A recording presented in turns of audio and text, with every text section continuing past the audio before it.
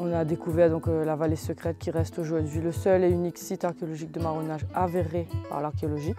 Il va rester que les zones très reculées, très difficiles d'accès, où il y a encore une chance de retrouver un site de marron intact.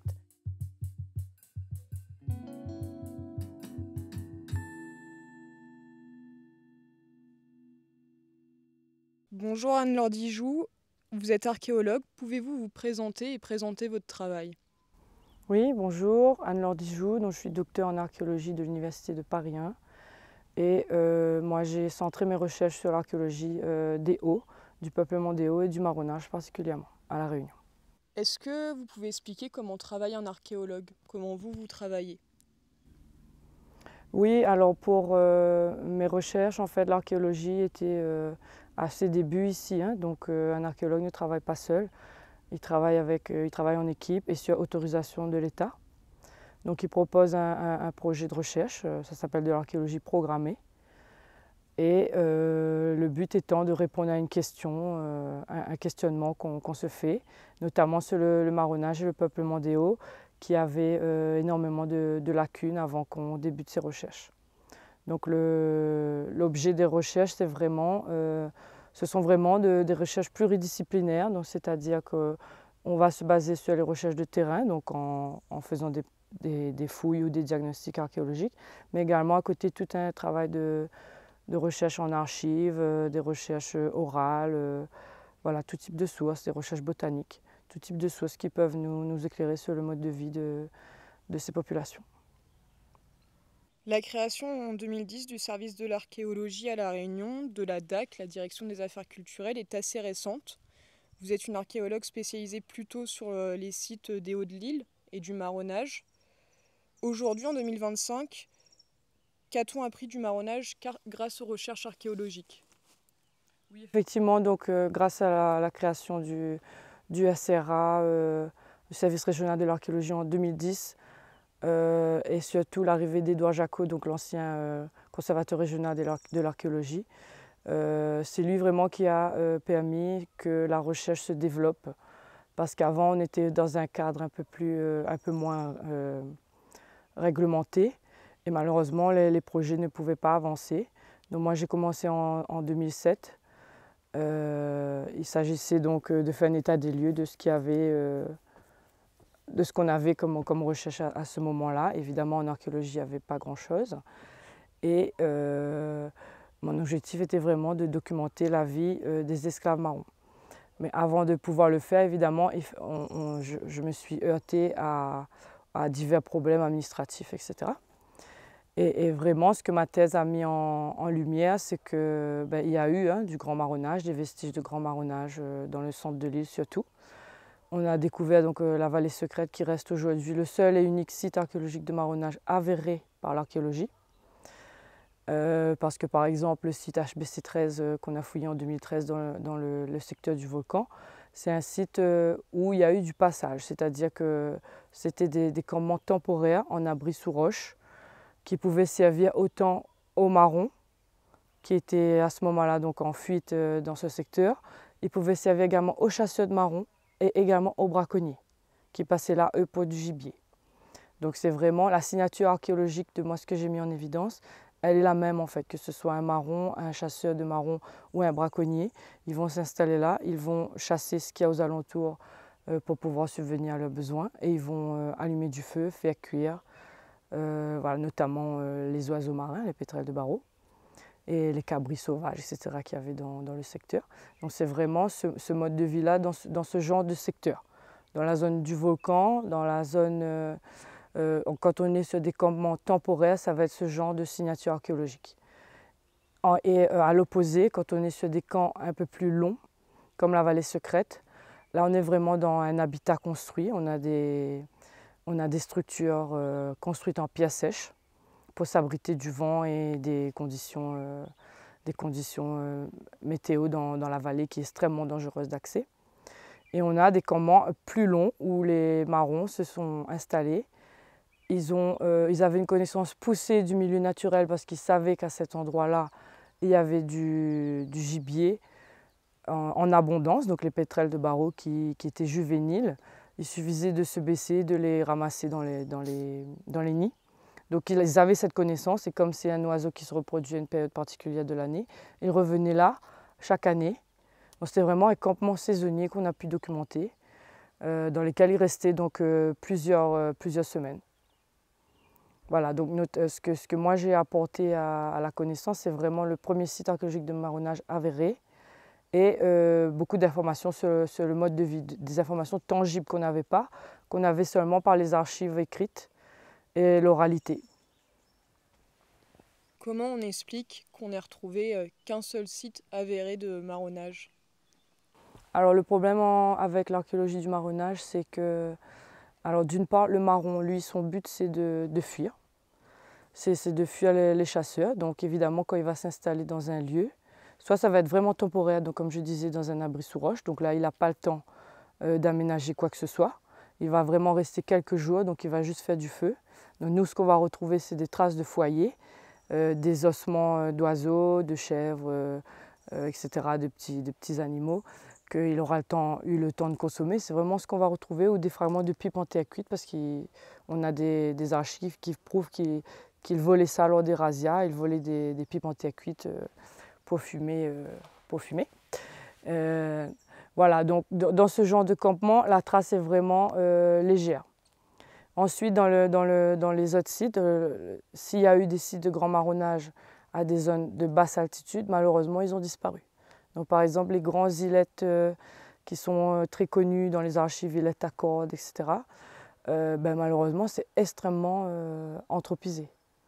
Donc, pour la plantation des lentilles, par exemple, il faut retourner complètement le sol.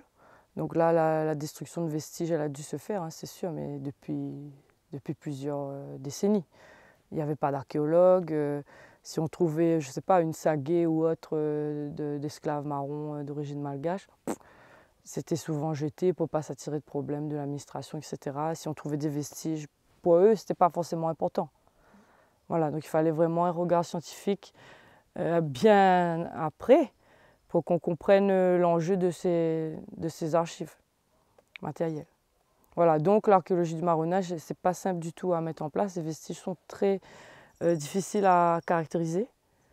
Et aujourd'hui, le seul espoir qui nous reste, c'est vraiment les endroits reculés, extrêmement reculés, où l'homme n'a pas encore mis ses pieds. C'est la seule chance d'avoir un site de marronnage intact. Partout, dans le sud, dans le nord, dans l'ouest, dans l'est? Oui, toute la Réunion, voilà, il va rester que les zones très reculées, très difficiles d'accès, où il y a encore une chance de retrouver un site de marron intact. Parce que tout le reste où le petit blanc s'est installé, lui, son objectif, c'était vraiment de travailler la terre. Donc ça a été complètement déboisé, ça a été planté, ça a été épierré.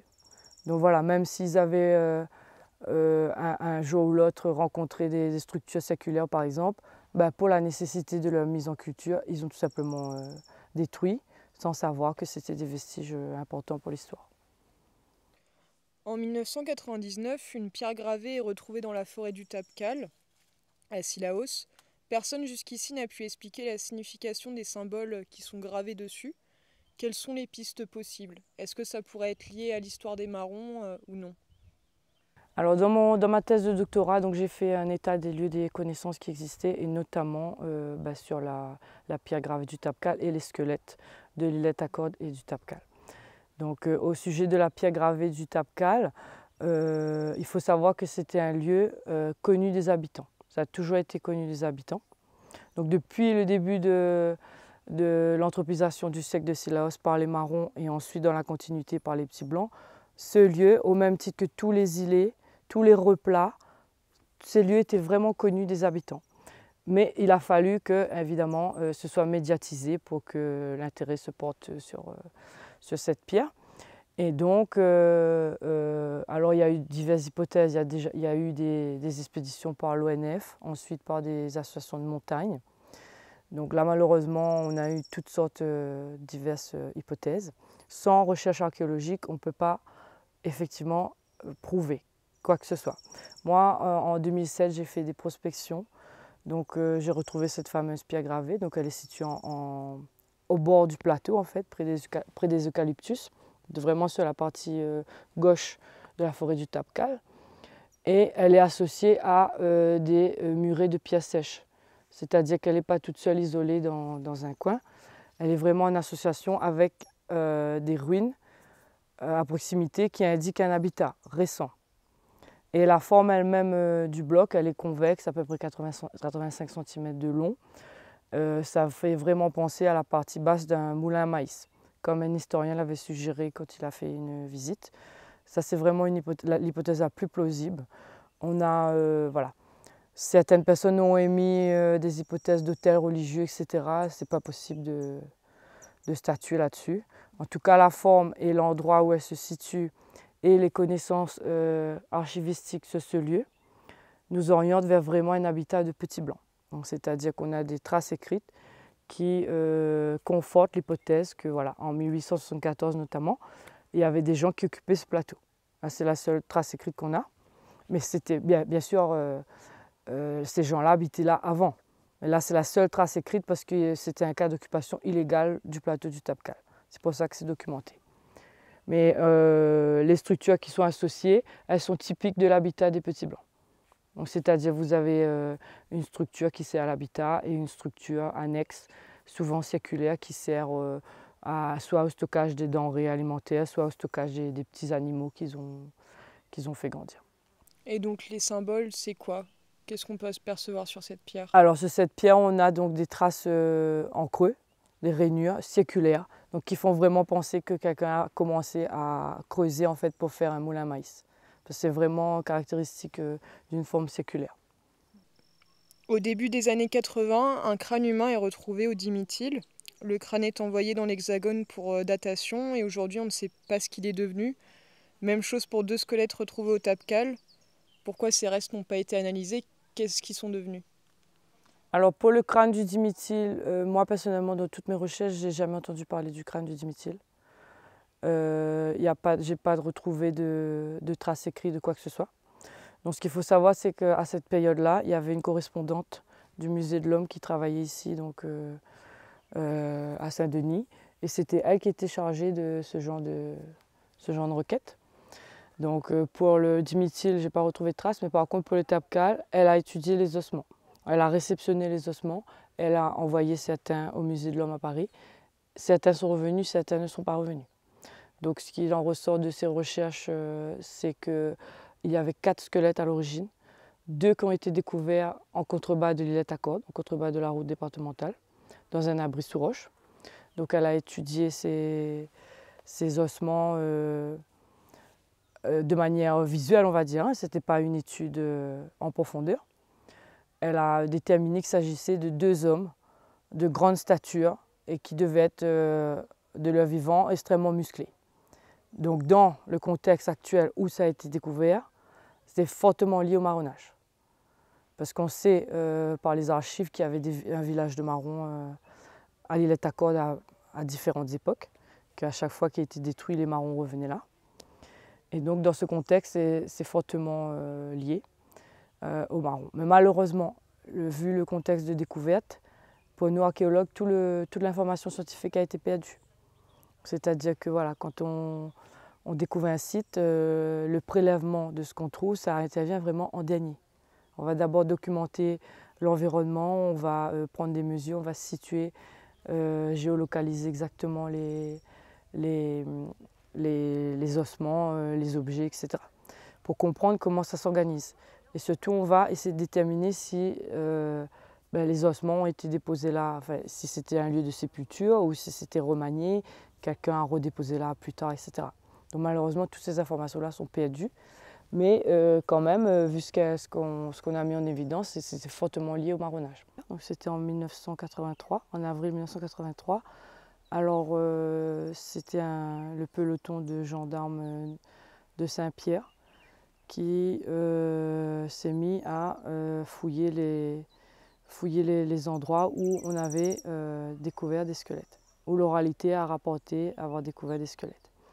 Donc d'abord c'était en contrebas de la route d'Îlette à Cordes, dans un petit abri sous roche, où ont été découverts donc 2 squelettes humains.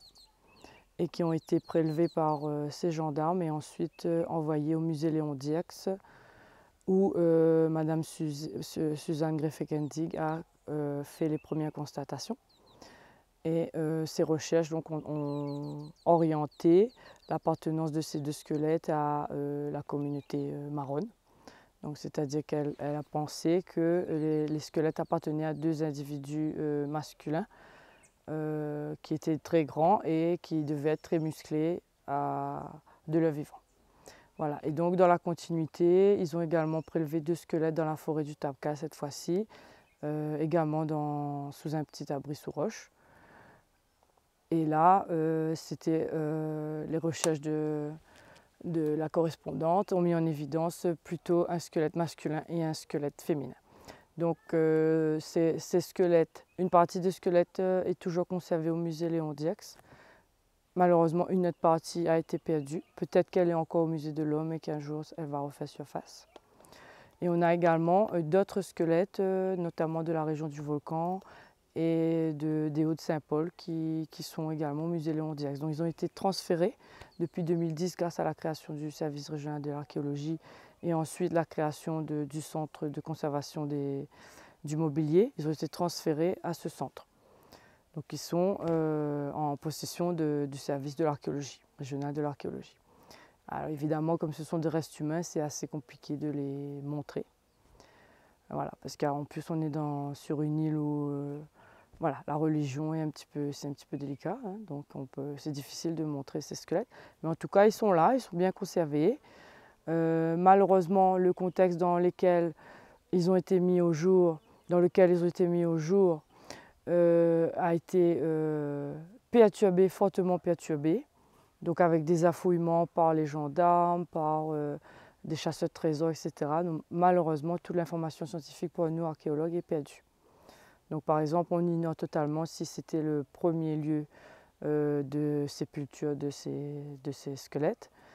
Voilà, on ignore l'agencement dans lequel ils étaient dans le sol.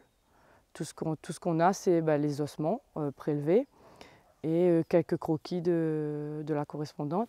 Voilà, sans avoir toute l'information archéologique qui, c'est elle la plus importante dans tout travail archéologique, c'est elle qui nous fournit tous les indices et toutes les preuves avant qu'on puisse attester de la fonction d'un site archéologique.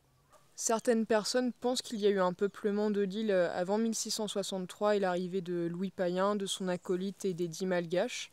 Il y a eu un groupe d'exilés en 1646, puis un autre groupe en 1654. Est-ce qu'il est possible qu'il y ait une présence malgache ou autre avant ces dates sur la Réunion ? Alors la découverte de l'île est quand même assez bien documentée. Sur ce point-là, tous les historiens concordent avec les sources écrites. En l'état actuel des connaissances, on n'a aucune preuve archéologique que l'île ait été habitée avant. En tout cas, il est fort possible qu'elle ait été découverte avant et que quelqu'un ait mis le pied sur l'île, mais évidemment, s'ils sont restés une semaine, 2 semaines, 1 mois, on n'aura pas forcément de vestiges. Vous avez parlé de ce lieu de marronnage, le seul lieu de marronnage avéré, dans une vallée que vous gardez secrète à Sillaos, c'est son nom, la vallée secrète. Quelles traces vous avez retrouvées ? Alors, le site archéologique de la vallée secrète est le seul témoignage matériel actuel, avéré, de la présence de grands marrons dans le centre de l'île. C'est quoi ce que vous appelez grand marron, c'est quoi ? Alors à l'époque, ils distinguaient 2 phénomènes dans le marronnage, donc le petit marronnage et le grand marronnage. Le petit marronnage, c'était vraiment des fuites courtes et proches de l'habitation de l'esclave, où il était souvent rattrapé d'ailleurs, en opposition au grand marronnage où là c'était vraiment une rupture totale avec la situation d'esclave et où il partait beaucoup plus loin. C'est-à-dire qu'il partait vraiment pour survivre dans la forêt. Et certains marrons ont vraiment établi des villages, notamment par exemple à l'île Takord, à Sillaos, à Mafat, dans plusieurs îlettes. On a des archives écrites qui attestent de présence de villages Il faut savoir que ces villages, une fois qu'ils étaient découverts par les chasseurs, donc non seulement les esclavisés, les marrons, étaient repris. Souvent, on leur coupait une main, on coupait le jarret, s'ils n'étaient pas tués sur place, hein. Et donc, ensuite, on détruisait les camps. Donc ça aussi, c'est une difficulté pour l'archéologue aujourd'hui. On détruisait les camps systématiquement. Ça ne les empêchait pas de revenir quelques mois après. Mais donc, pour revenir à la vallée secrète, là, on est vraiment dans un cas de grand marronnage où là, on est un peu plus éloigné dans le temps. Donc là, on serait plus fin 18e, début 19e siècle. C'est-à-dire où là, les marrons ont vraiment une connaissance poussée de l'intérieur de l'île. Ils savent où il faut s'installer, où les lieux. Ils savent qu'à ce moment-là, la plus grande chance de survie, c'est vraiment les lieux très inaccessibles aux chasseurs de marrons. Donc ça ne va plus être les îlets qui sont exposés, par exemple l'îlet à cordes. Voilà, dans cette période-là, il est très exposé, très connu des chasseurs, donc c'est plus intéressant pour eux de s'installer là. Donc ils vont monter encore plus haut, dans la zone des Planèzes, du Grand Bénard, du Piton des Neiges, etc. Et ils vont s'installer dans des endroits où eux-mêmes, ils ont une difficulté d'accès, c'est-à-dire qu'eux-mêmes, ils vont se mettre en danger pour accéder à un lieu où il y a du gibier, mais où ils sont protégés. Donc c'est vraiment l'intérêt de la vallée secrète, c'est que c'est un endroit extrêmement difficile d'accès. Ils ont mis leur vie en danger pour y accéder. Il y avait du gibier en abondance, donc à savoir des oiseaux, des oiseaux marins, le pétrel de Barreau. Il y avait un torrent sec qui disposait il y avait des pierres à disposition, donc ils ont pu faire des abris en pierres sèches. Ils ont profité des parois rocheuses qui encerclent la vallée pour faire les abris sous l'aplomb rocheux directement. Donc ils ont profité de la topographie naturelle pour installer leur abri. Donc ils venaient là, ils consommaient du pétrel, c'est-à-dire ils faisaient cuire le pétrel. On a retrouvé plus de 800 ossements de pétrel de Barreau consommés sur place. Un fragment de pipe en terre cuite qui nous a permis de faire une datation absolue qui a situé le dernier chauffage, donc le dernier allumage de la pipe, entre 1809 et 1835. C'est-à-dire qu'on est en plein dans la période de l'esclavage sur l'île. Donc ça aussi, c'est un élément qui conforte l'attribution aux marrons de l'utilisation de cette vallée secrète. À ce moment-là, ils fumaient quoi? C'était du tabac? Probablement, on pense que oui, parce qu'en fait, les marrons, pour survivre, ils avaient à disposition tout ce qu'il y avait dans la nature, mais certaines choses, ils ne pouvaient pas fabriquer. Donc, ils faisaient des razzias sur les plantations de la côte. Et à ce moment-là, ils prenaient diverses choses utiles, du tissu, des pipes en terre cuite, probablement aussi à ce moment-là qu'ils prenaient le tabac aussi. Et que voilà, ce n'était pas quelque chose de lourd qu'ils pouvaient ramener facilement avec eux. Et au niveau des plantations, on ne peut pas retrouver, au niveau de l'archéologie, ce qui a été planté? Oui, on a certaines, bien sûr, les recherches archéologiques sont pluridisciplinaires, donc on a fait intervenir des personnes formées à la botanique pour justement lire la végétation environnante et nous dire s'il y avait des plantes qui ont été amenées par l'homme. Alors sur la vallée secrète, oui, il y en avait qui ont été utiles à l'homme en tout cas, des plantes médicinales notamment. Donc c'était intéressant pour eux. Après, à savoir s'ils ont planté réellement, on ne peut pas vraiment statuer là-dessus.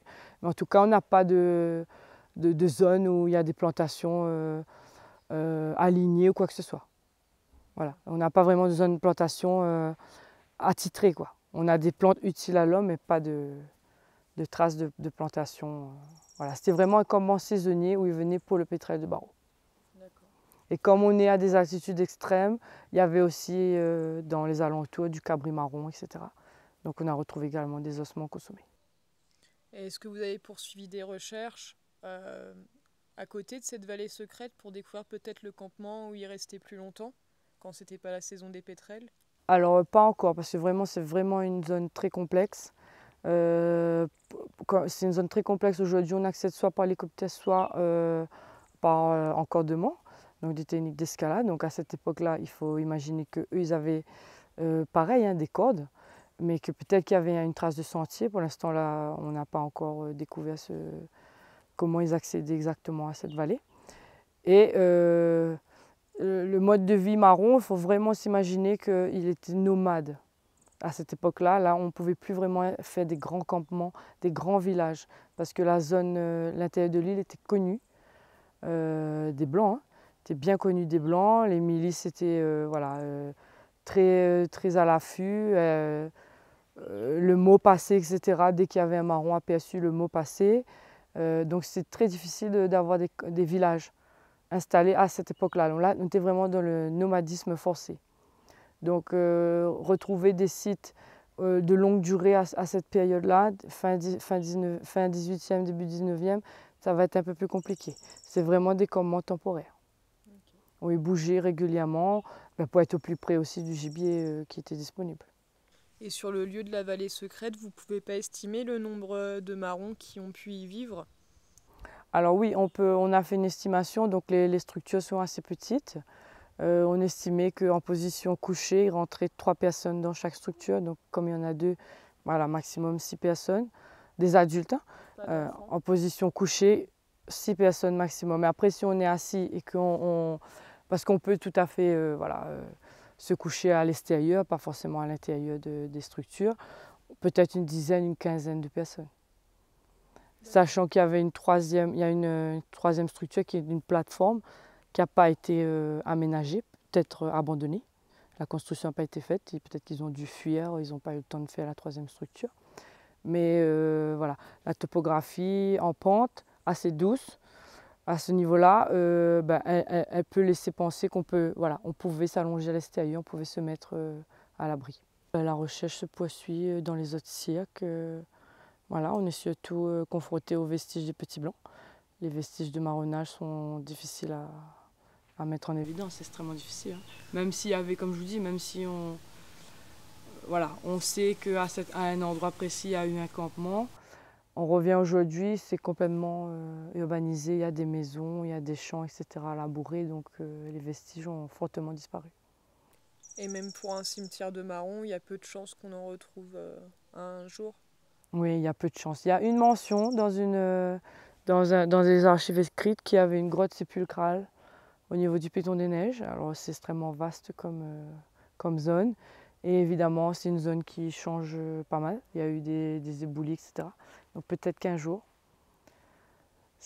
voilà, si on a de la chance, on va retrouver cette grotte. Comment vous différenciez vestiges de petits blancs et vestiges de marrons? Alors c'est toute la question.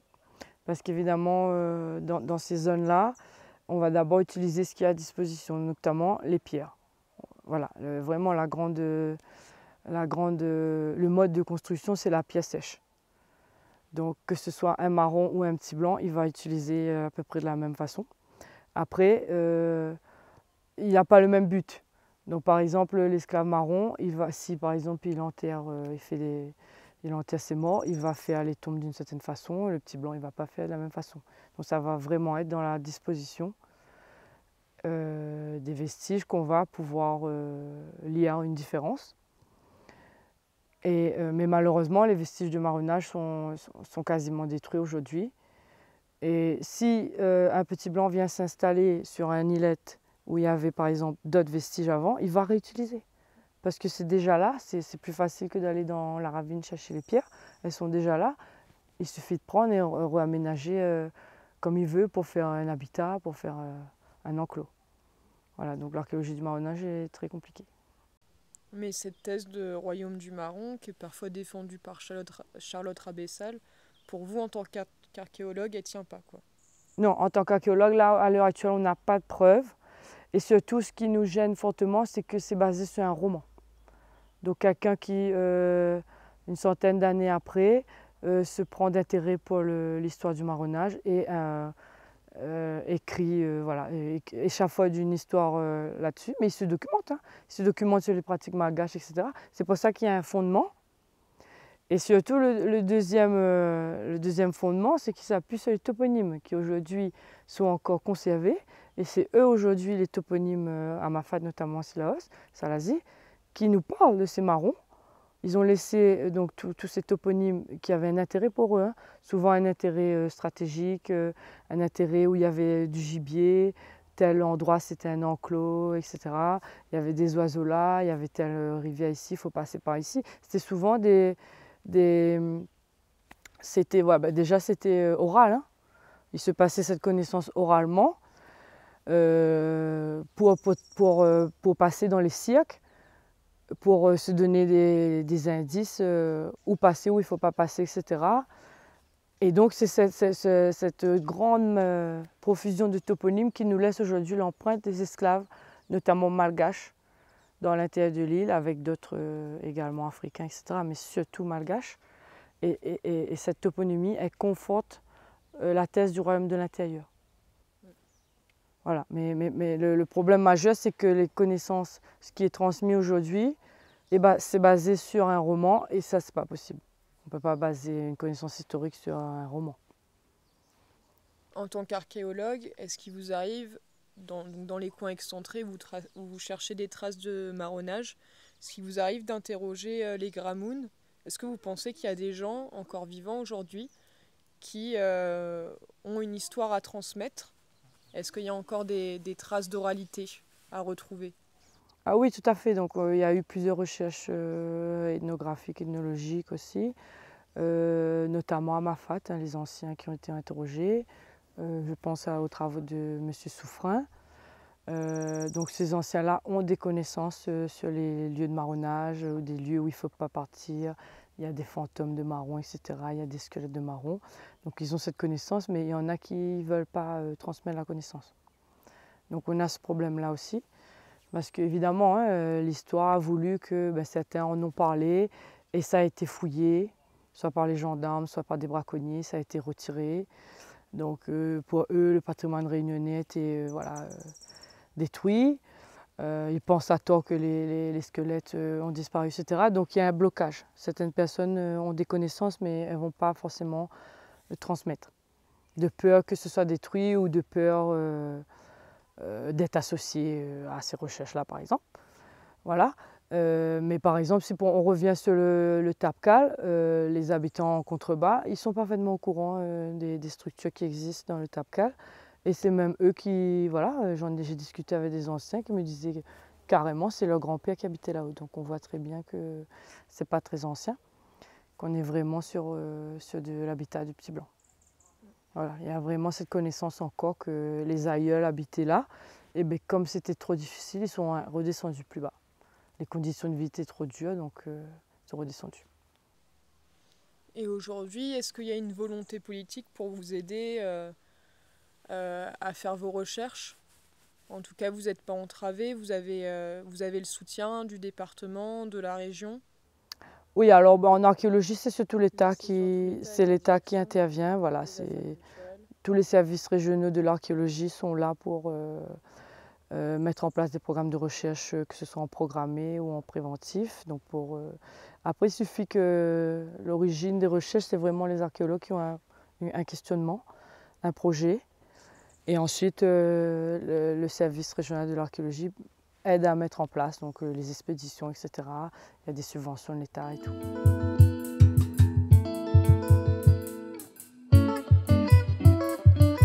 Si vous avez aimé cette vidéo de Parallèle Sud, média réunionnais indépendant, partagez-la.